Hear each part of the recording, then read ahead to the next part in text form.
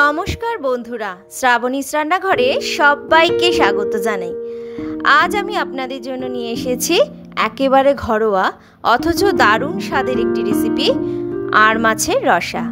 বাঙালির রান্নাঘরের সঙ্গে মাছের যে বন্ধন সেটা সবাই জানি, কিন্তু এই আড় মাছের রসার এমন একটা স্বাদ যা মুখে লাগতেই মনে হয় সহজের মধ্যে লুকিয়ে আছে এক গভীর তৃপ্তি। আজ আমি আপনাদের দেখাবো কিভাবে খুব সহজ উপকরণে আর অল্প সময়ে তৈরি করা যায় এই সুস্বাদু আড় মাছের রসা। রান্নার সময় আমি বলবো কিছু ছোট ছোট টিপস, যেগুলো মেনে চললে রান্নাটা হয়ে উঠবে আরও পরিপূর্ণ। তাহলে আর সময় নষ্ট না করে চলুন শুরু করি আজকের এই মন ভরানো রেসিপি, আড় মাছের রসা। প্রথমে আড় মাছের জন্য আলু আমি চৌকো টুকরো করে কেটে নিয়েছি। আর মাছটা ধুয়ে পরিষ্কার করে নিয়েছি।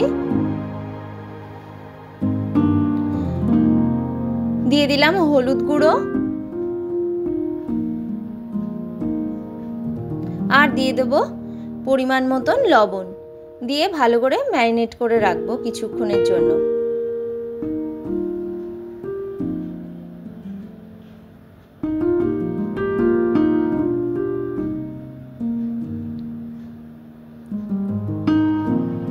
এই মাছের আঁশ যেহেতু নেই, তাই জন্য আপনারা কাঁচা সর্ষের তেল অল্প একটু মাখিয়ে তারপরে তেলে দিতে পারেন ভাজার সময়।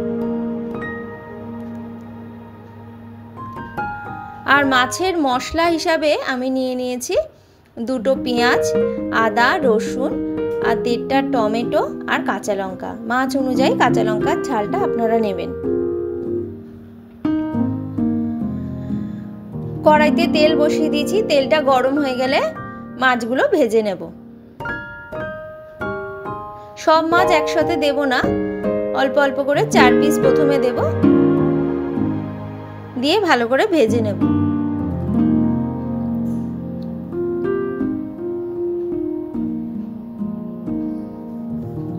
উল্টিয়ে পাল্টিয়ে মাছগুলো ভেজে নিয়েছি, এবার মাছগুলো তুলে নেব।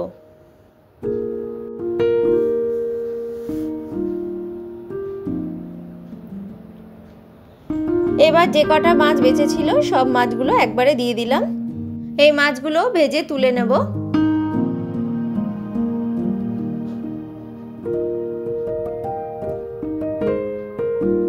কড়াইতে যেটুকুনি তেল ছিল মাছ ভাজার, ওর মধ্যে আলুগুলো দিয়ে দিলাম। এই আলুগুলো আমি 70% মতন সিদ্ধ করে নিয়েছি। এই সিদ্ধ করা আলুগুলো নুন হলুদ দিয়ে আমি ভেজে নেব।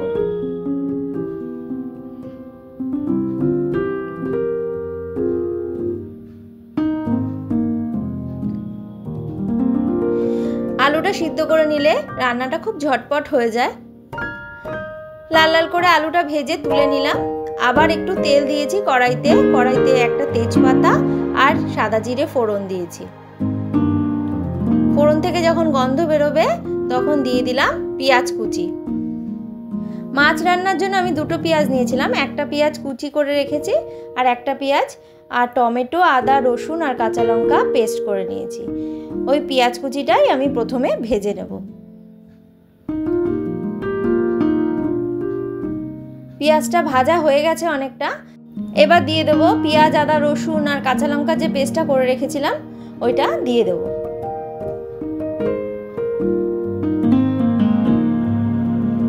ভালো মতন কষাতে হবে। এখন গুঁড়ো মশলাটা দেব না, আগে পেঁয়াজ, আদা, রসুনের কাঁচা গন্ধটা চলে যাওয়ার পর তারপরে একে একে গুঁড়ো মশলাগুলো দেব।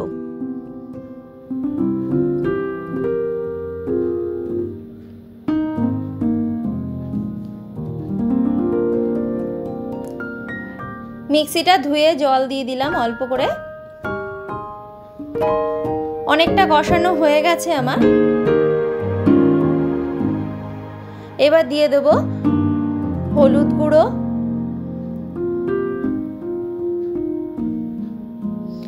দিয়ে দেব কাশ্মীরি লঙ্কার গুঁড়ো। যেহেতু এখানে কাঁচা লঙ্কার ব্যবহার করেছি তাই আমি একটু রঙের জন্য কাশ্মীরি লঙ্কার গুঁড়ো দিয়ে দিলাম। আর দিয়ে দেব জিরের গুঁড়ো।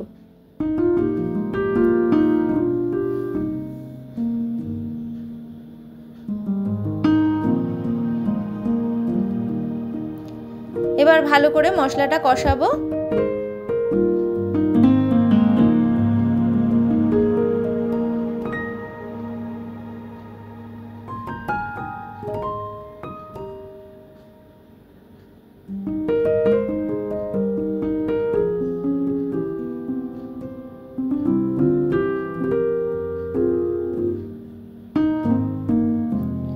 অল্প গরম জল দিয়ে দিলাম যেন মশলাটা কড়াইতে লেগে না যায়।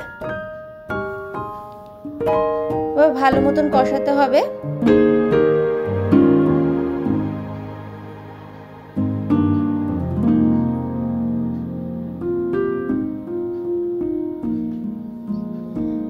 মশলাটা থেকে তেল ছেড়ে দিয়েছে, এবার দিয়ে দেব ভাজা আলুর টুকরোগুলো।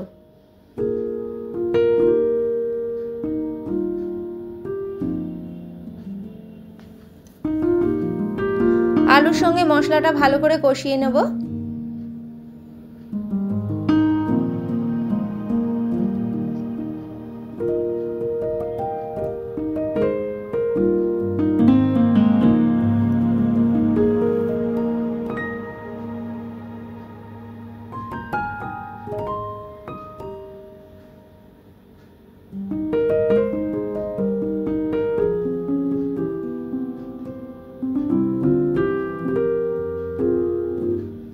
ভালো করে কষানো হয়ে গেছে, এবার দিয়ে দেব গরম জল।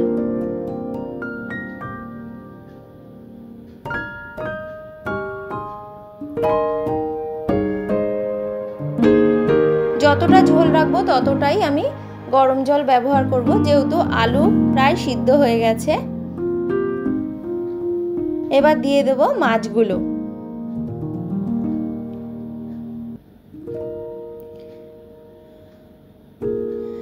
গোটা কাঁচা লঙ্কা দুটো দিয়ে দিলাম।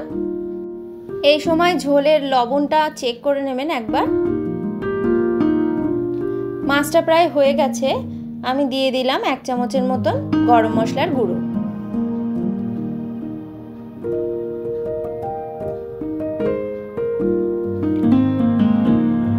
তো এই ছিল আজকের আর মাছের রসা। আপনাদের যদি ভালো লেগে থাকে তাহলে অবশ্যই একটা লাইক দেবেন আর কমেন্ট করে জানাতে ভুলবেন না।